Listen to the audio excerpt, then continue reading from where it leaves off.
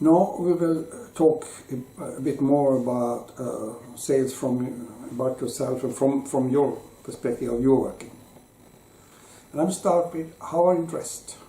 Now different cultures and different types of businesses or needs different dressing codes if you want.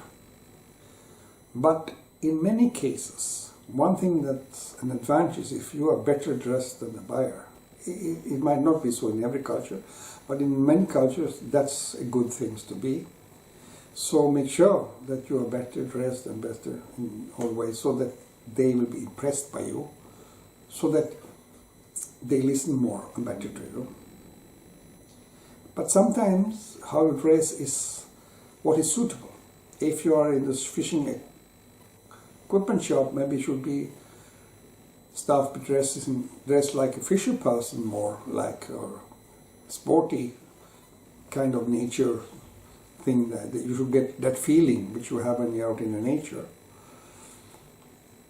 Or if you have a policy for the company, in many shops the people are working there, they're dressed the same way, so that it gives everyone can identify them and ask them and do things. So in the same thing, a company doing some service, even if it's someone going out with and helping cars on the roadside when there are problems, they will have the same kind of dressing in the same way, the same kind of garments, so that they are recognized right away. I mean, the policemen will always have a police uniform unless they are the investigators for some special type of crimes and so on. But traffic police will, for instance, will always have the traffic police dress and so on. And this is how you should think. Do you need a policy or not for dress and so on?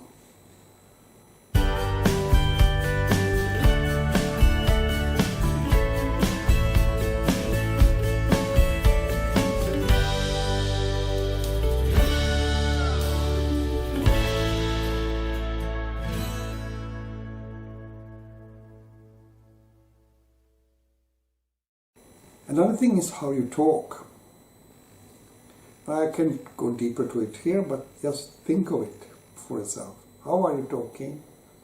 Can you improve it? Can you do it in the right way so it functions?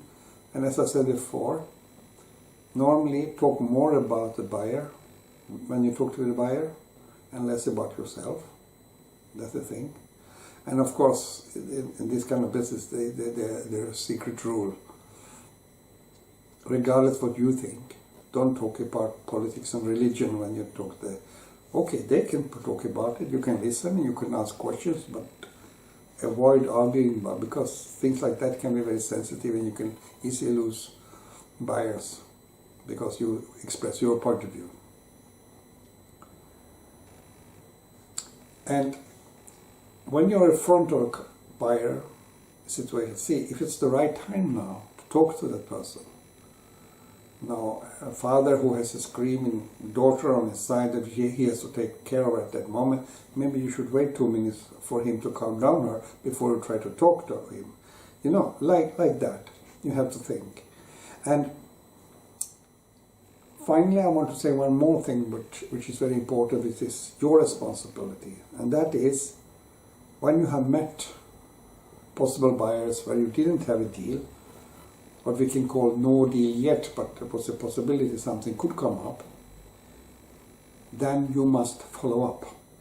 You must make sure you have the address or email or phone or whatever it is, depending on what you're selling, how you're selling, so how can you come back to them?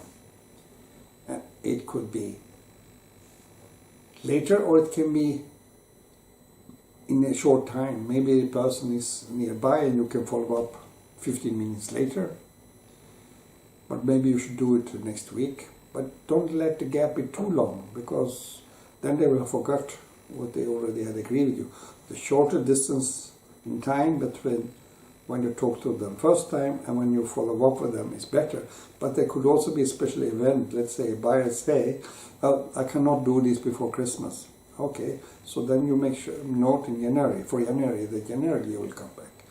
So like that, you have to see how do you follow up. This is also in sales very important.